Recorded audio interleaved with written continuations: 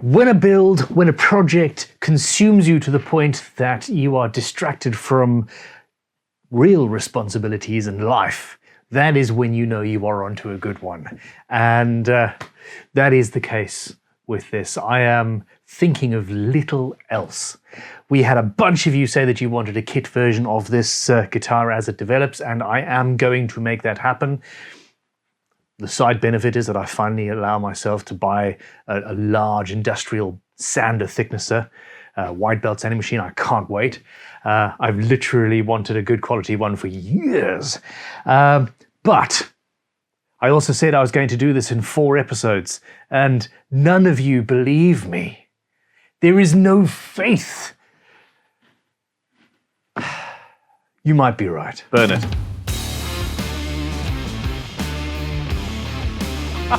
Yay! I take inspiration from a multitude of places. Books. I love books. Another is museums. Another is other works of art or craft. Watches and watchmaking. I'm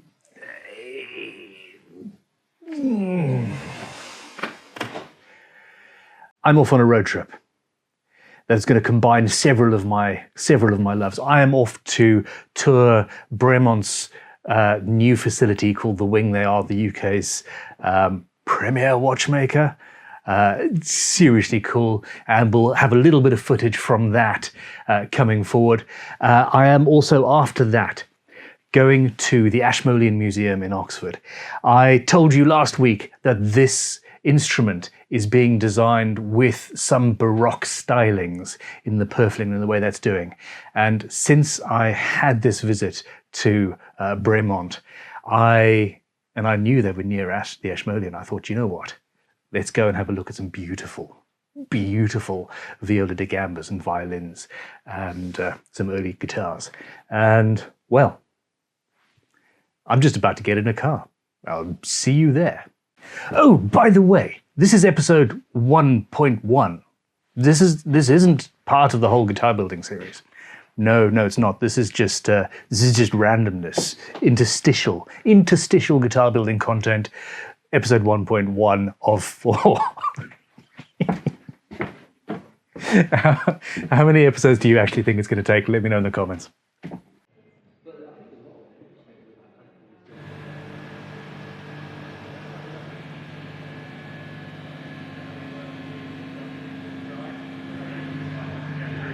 Five-axis movement manufacturing CNC. This is incredible.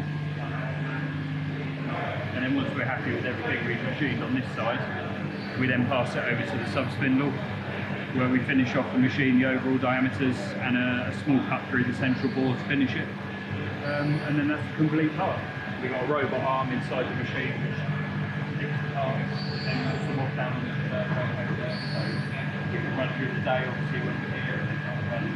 It's amazing. Yeah.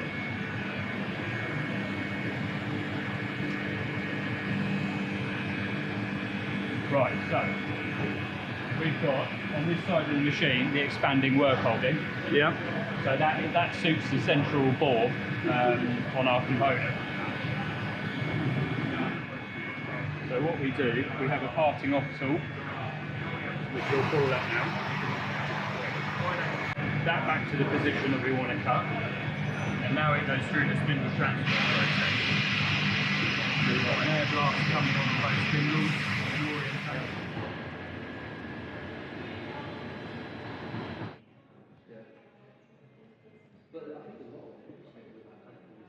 All right, so bad audio, and I'm talking quietly. I'm in a museum. I decided to come to the Ashmolean Museum in Oxford to have a look at some beautiful things. I said that this instrument was going to be designed somewhat, the purfling at least, based on Baroque viola da gamba and the ideas therein. And I was in the area, so here we go. Actually, this is perfect.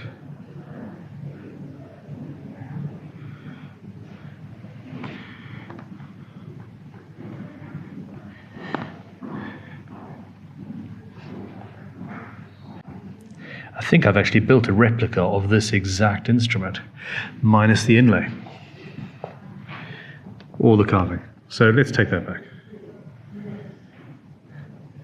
So the frets are actually catgut wrapped around the whole neck, thus movable.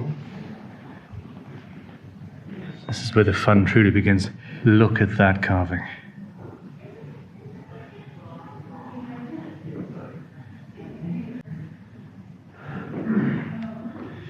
Double purfling line. Central design on the back. Bit good, isn't it? Let's turn. So this one in particular is really cool. All of the carving, for one, you've got a beautiful rose. Even the bridge is carved. But I love the scalloped back with all of the purfling. And these things were created to be played, but also to look at and just be beautiful things in their own right.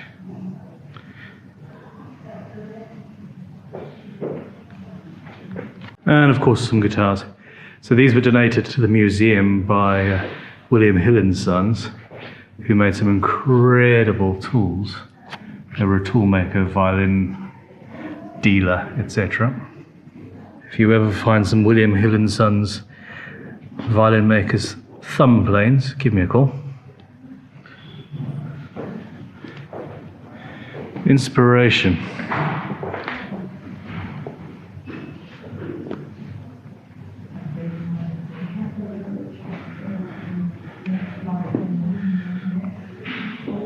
And life wouldn't be life without the odd violin.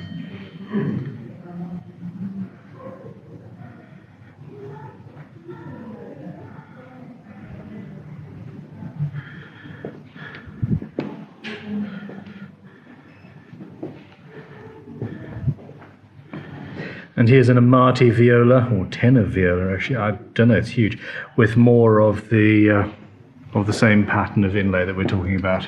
Beautiful thing. Just because we build guitars does not mean that we cannot take inspiration from luthiers of the past and from instruments of the past. In fact, I think we should concentrate on getting inspiration from as far afield as humanly possible. There we go.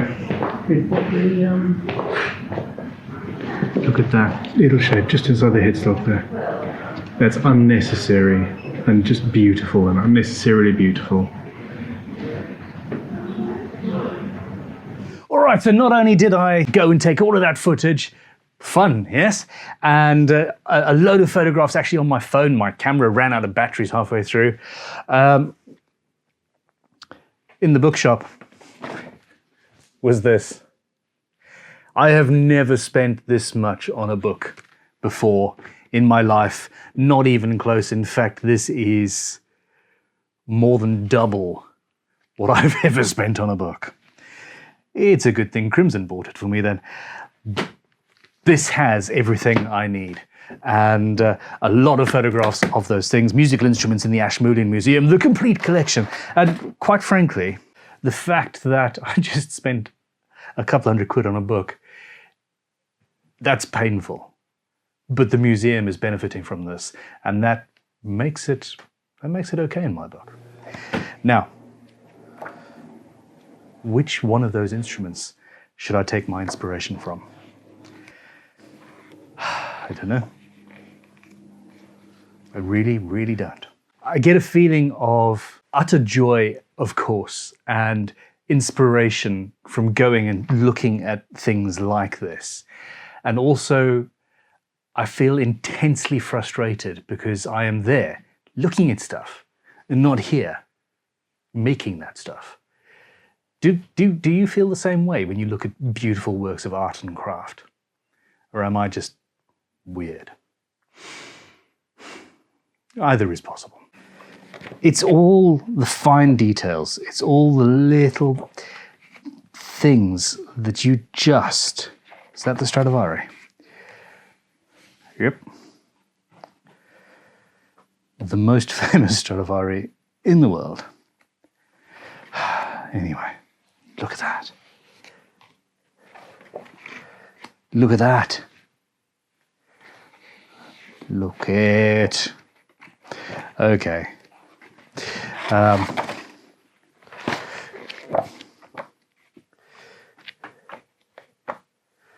Cittern, English guitar. There are a lot more instruments that weren't on display.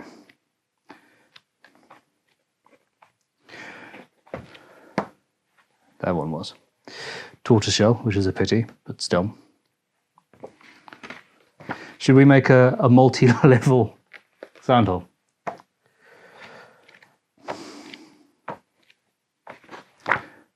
That one was lovely.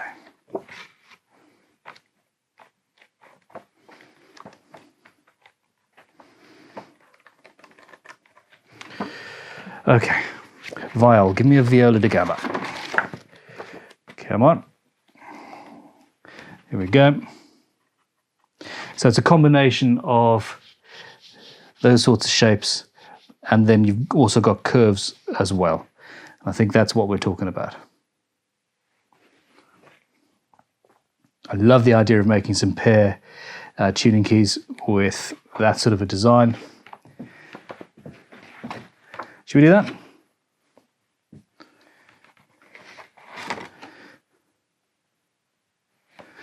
Is this a John Rose? That's a John Rose. Here we go. 1598. I have zero self-control. You know it. I know it. We're in for a journey, are we not?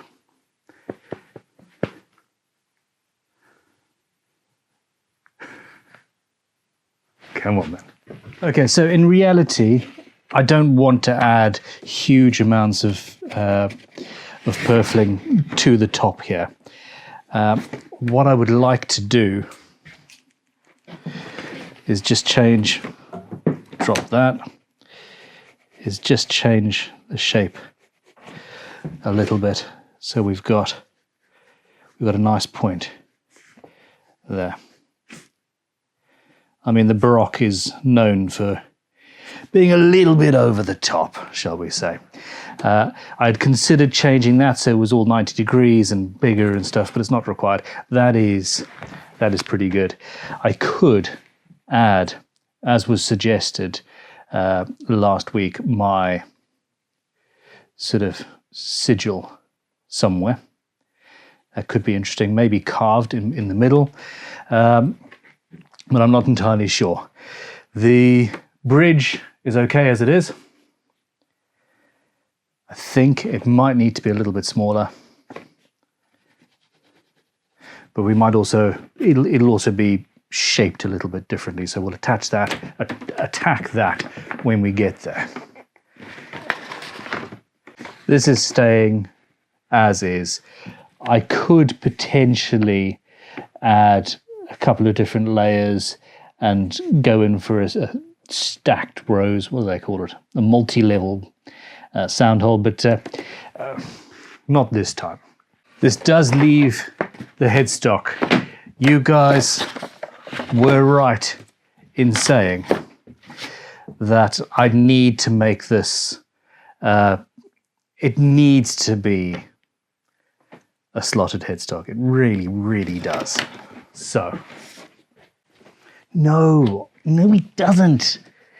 Because if I do that, if I make it into a slotted headstock, I can't make custom carved. I keep on changing my mind. Oh no. Poopy, poopy, poop. Dagnabbit, how do you people make decisions I don't understand? It's been one hell of a day. I'm going to see you in the morning where we will not be in my workshop. We're going on a slight road trip. I've decided there are a few more tools that I require from vintagetoolshop.com, and we might as well pick them up now because the next stage, when we actually get to a video in the series, of course, the next stage will be processing all this wood down, and I don't have a bow saw. And I need a bow saw. You need a bow saw. You don't know why yet, but you will one day. Stop talking, Ben. Stop talking, Ben. Stop talking. Ow. Tripped over a clamp. Another stage of the road trip, and this is the bit that I am most looking forward to. Vintagetoolshop.com. I have got to pick up a saw, and there are more than a few. Every single one of these tools is listed online for sale, and we're currently in the process of actually moving and combining Vintage Tool Shop and Crimson Guitars. So soon enough, all of this is going to be up at Crimson. If you need a hand plane, this is the place to go. All right, sorry. Enough of the hard sell. Doesn't that look good? Yeah, bits and pieces, stuff and nonsense. Currently a great big Black Friday sale thing going on, 20% off everything at vintagetoolshop.com up until the 30th. That being said, the one tool that I can think of that I don't actually have at my home workshop, or Crimson for that matter, is a bow saw. We don't have... Oh, there's a giant one. Look at that. So yeah, there's a few in stock. This is the sort of thing that will take the place of a bandsaw. And yeah, let's have a look. Oh, there's a buck. 261 Edgware Road. I thought they were in Tottenham Court. So yeah, there we go. It's got a pencil holding it under tension and a bit of twine, so we can do better than that. But at heart, this is a particularly nice tool. It's got enough space there for me to actually cut the wood as required, and is the one. I'm gonna have to buy that. So yeah, well, I don't know what else to say. Let's go and see if there's anything else I can't live without, shall we? What do you think, Louis? What do I need to build this guitar?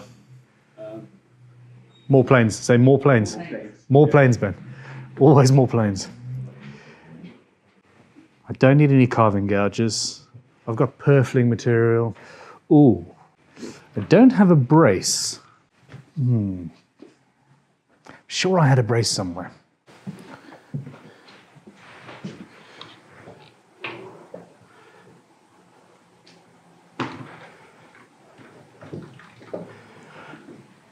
A router plane could be useful for the truss rod.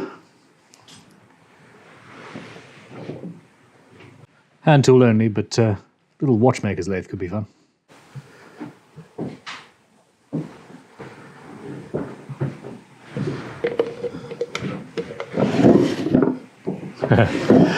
Not many.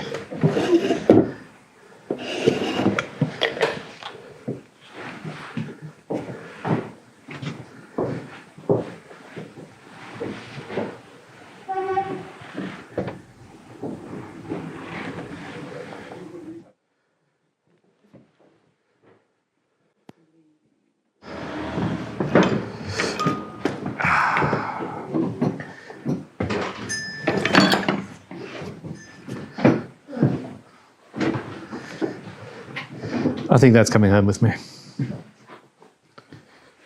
Scotch pattern. Beautiful. All right, that will do one beautiful buck saw and a Scotch pattern brace. And my tool collection is complete. I don't need any more ever again. All right, here we go. We've got a saw, and I think this is a Matheson, potentially. Kind of looks like it. Matheson Glasgow. That's it. Fantastic. I also picked up at Crimson Guitars an acoustic truss rod. I might have to adjust the length of that, but we can do that. And some Goto 510 tuners for the headstock. Let us get on with an actual build, shall we? Let's do it. This. I think I'm going to need to sharpen these teeth actually a little bit, so let's get that done first, shall we? Woohoo! Before I get to that, the inlays, the fretboard, the purfling, the plan. The plan is I am going to make this entire instrument out of this single 4x4 chunk of mahogany. The fretboard needs to be a different color though, and I'm going to stain that. I'm going to stain it stated. I'm not going to use standard veneer. I am going to make the purfling out of this bit of wood. And I've also come to a conclusion on what I want to do for the inlay. We are taking inspiration from the Baroque. We are not emulating it. And my other big inspiration is the Gibson Les Paul. I love that instrument in the abstract. And I think block inlays are supremely cool.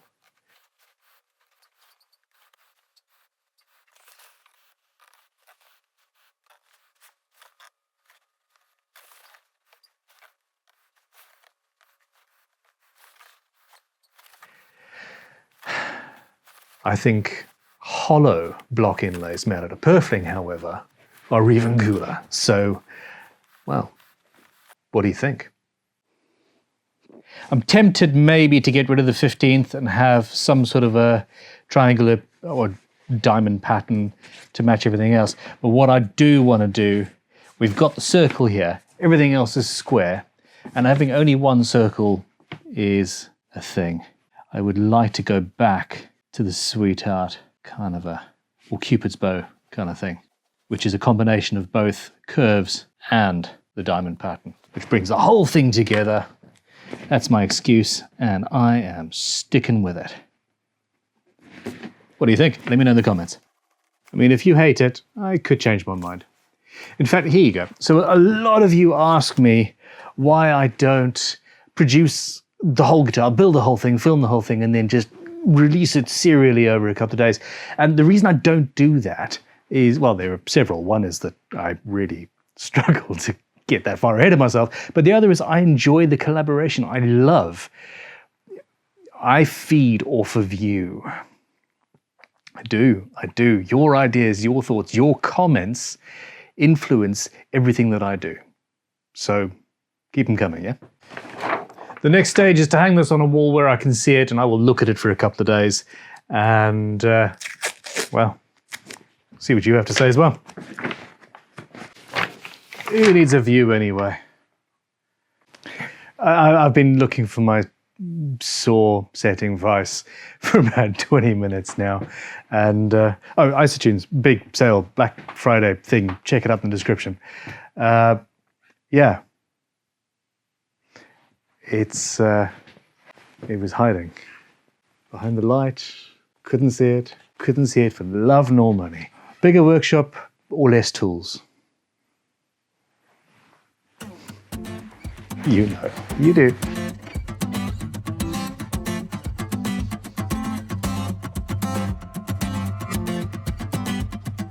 Little dip. It's actually not that. I don't know if this is required even. I'm just replicating what was on the original teeth.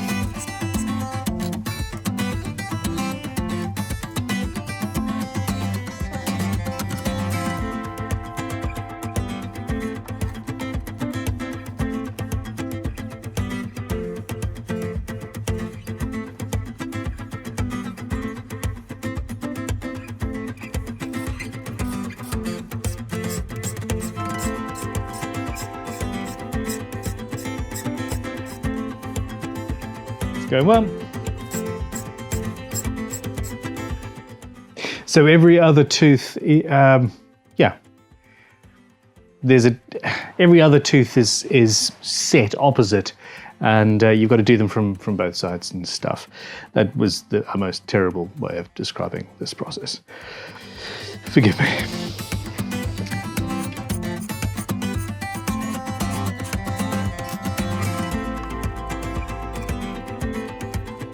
Hi. We're all good.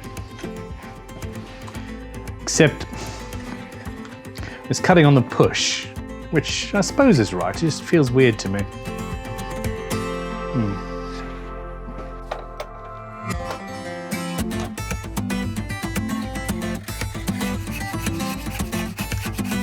It's working all right, isn't it?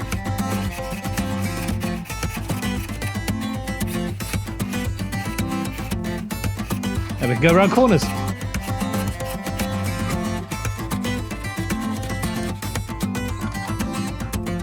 Who needs a bandsaw? Who needs a bandsaw? Okay, we're done. That's good. I am moving on.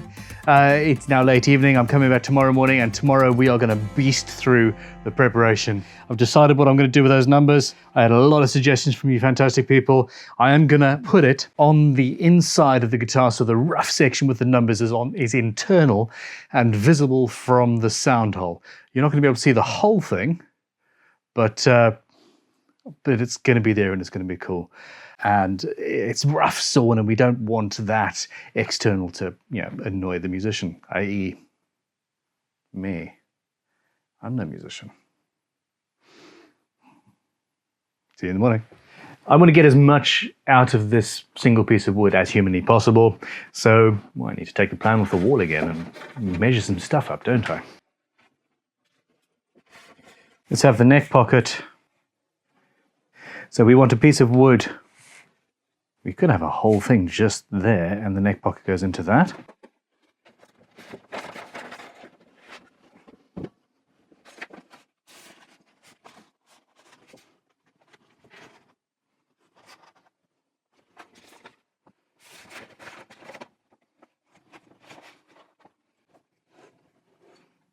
So that's the string. Top of the fretboard. Frets are sort of there. That's obviously too high, but not bad.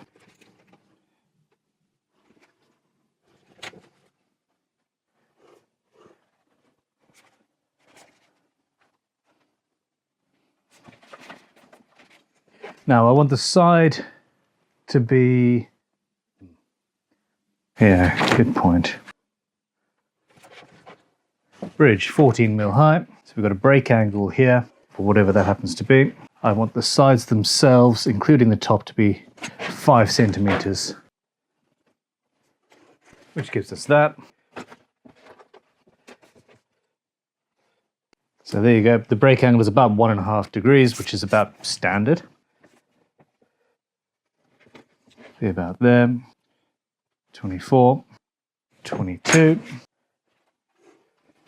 You want the neck to be as straight as possible, as long as possible, but you want a thick part behind the nut, really. So that's around about what we're doing, like so. I want from here, 9 degrees.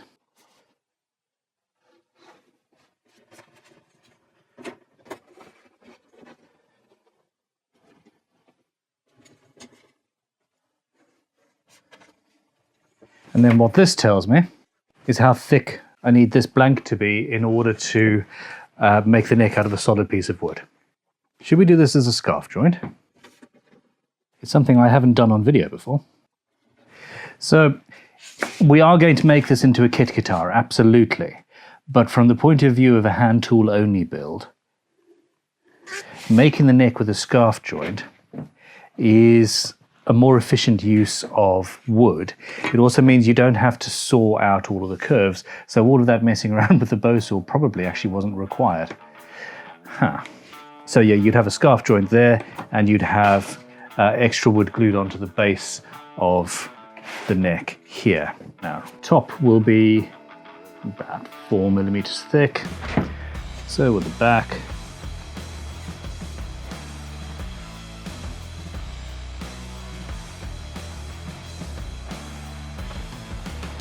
And thus, we've got this interesting shape here, which is going to be the block into which we install the neck. The neck will come down with an overlap. That probably leave 15mm, like so.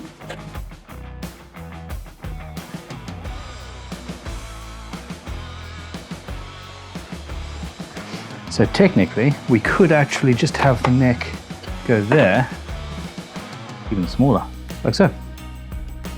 That's the back, that's the body. And therefore, 13mm would be fine.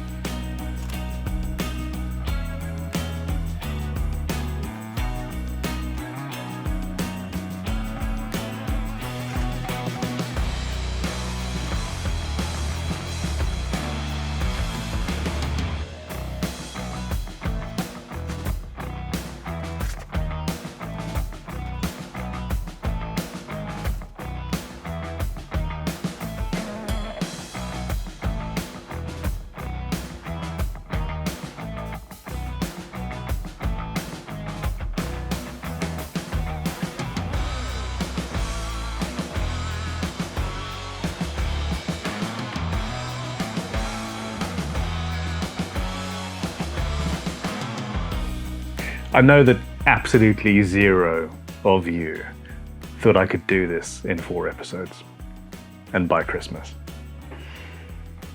You're right. Just looking at the cut list, my overly optimistic impression of my skills has come crashing down about my ears.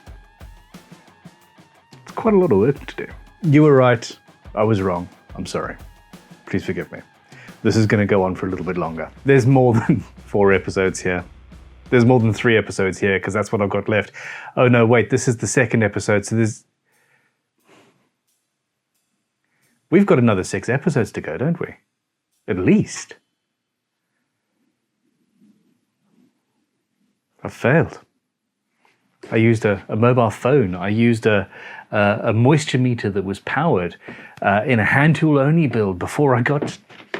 Moisture meter is absolutely essential, period, and that's pre-built. How many episodes do you think an ideal long format build would take? I'm very interested in seeing what your opinion is. I think somewhere between 6 and 8 is probably actually a viable thing. A lot of you have asked for this guitar as a kit that you can build yourself, and we are going to put that into practice. We're going to build them. Please send us an email through crimsonguitars.com and let us know that you're interested. No obligation to buy. It's just, we'll put you on a list, and in a couple of months' time, when we've done a proper prototype of the actual kit that's going to go out, we will drop you an email and say, hey, here it is. And at the same time, we'll also give you early adopters a 10% discount off the total price of that kit. And yeah, so that is absolutely going to happen. The kit is probably not going to have a scarf neck joint on.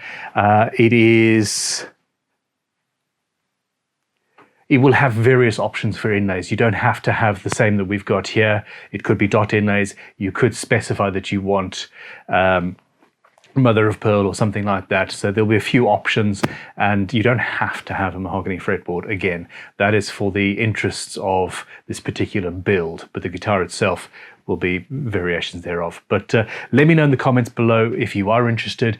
Let us know via email too, and most importantly, stick with me. In the next episode, a lot is going to happen. I am going to process down almost every single little bit of wood here. The eagle-eyed among you will have noticed that I'm also going to make some veneers for the headstock so that we can have the multiply kind of look going on there, make it look very nice. We are going to be making a fretboard. We're going to be making the purfling itself out of the wood, the bridge. This is going to be cool. I think this is it. I think this is the end of the episode. I really do. I think that you've got a hell of a lot of stuff. You've got a tour, you've got another tour, you've got a bumbling around a workshop. We've got a lot of more planning than I had thought.